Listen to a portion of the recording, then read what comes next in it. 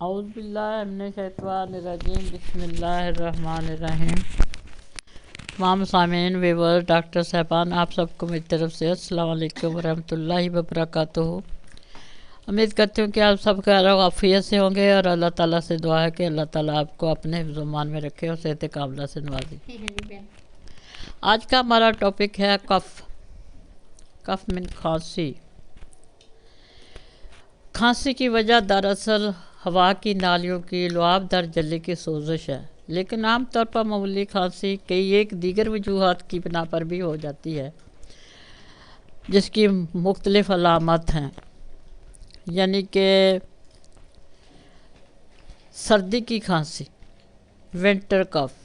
اس قسم کی کھانسی موسم سرما میں عموماً بوڑھے اشخاص کو ہو جایا کرتی ہے اور چند روز رہ کر خود بخود معدوم ہو جاتی ہے، لیکن کبھی کبھی بد پرہیزی کی وجہ سے یہ دائمی بھی ہو جاتی ہے اور جب موسم سرما آتا ہے تو زیادہ ہو جاتی ہے۔ دوسرے نمبر پہ آتی ہے خشک کھانسی، ڈرائی کف۔ اس قسم کی کھانسی میں یا تو بلغم بالکل ہی نکلتا، اگر نکلتا بھی ہے تو بہت کم، اور نمبر 3 پہ آ جاتی ہے بہت بلغم والی کھانسی۔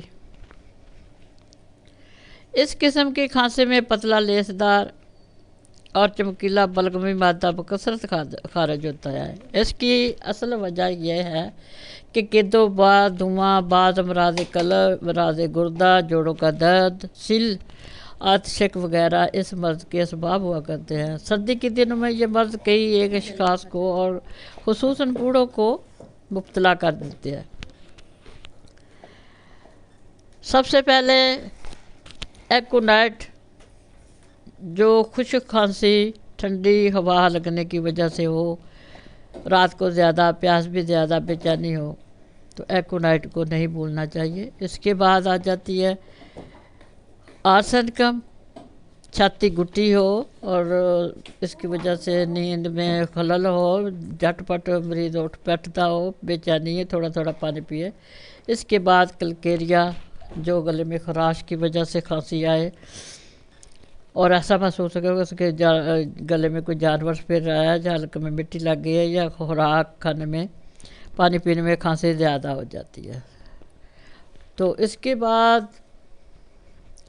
سلفر ہے، کالی کارب ہے، برایونیا ہے اور بیلاڈونا ہے۔ یہ سمپٹم کے حساب سے یہ میڈیسن استعمال ہوں گی۔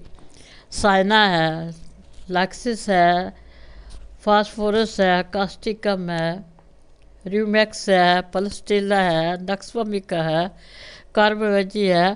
یہ علامت کے لحاظ سے ان کو استعمال کر سکتے ہیں۔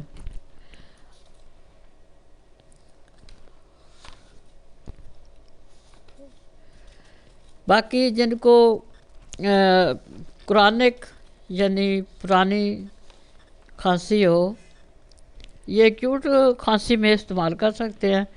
باقی جس کو کرونک کھانسی ہے وہ بھی ہوا کی مطلب پھیپھڑوں کی نالیوں میں ورم کی وجہ سے ہی ہو جاتی ہے، جن کو کیپیلریز کہتی ہیں۔ کیپیلریز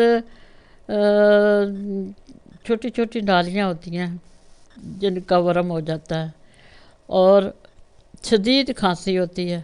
ابتدا میں تو بخار، سر درد، آواز کا بھدا پن، سینہ میں دکھن، اور شروع میں تو بلغم بھی پیدا نہیں ہوتا، لیکن بعد میں بہت پیدا ہو جاتا ہے اور سینہ بھی بوجھل ہو جاتا ہے۔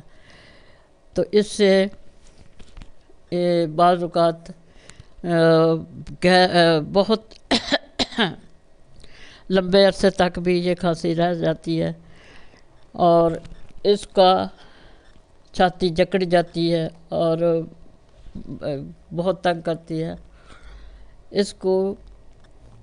اس میں ایسی کھانسی میں جو شدید کھانسی ہو اس میں ایکونائٹ آ جاتی ہے، انٹمٹاٹ آ جاتی ہے، کالی بائی کرومیکم آ جاتی ہے، برایونیا آ جاتی ہے، فاسفورس ایپیکاک بھی آ جاتی ہے۔ تو جس کو یہ کرونک مزمن کھانسی ہو جائے، انٹمٹاٹ، جب بہت بلغم نکلتی ہو، کالی بائی کرومیکم، لیسدار مادہ نکلتا ہو، کاربویج، آرسنکم،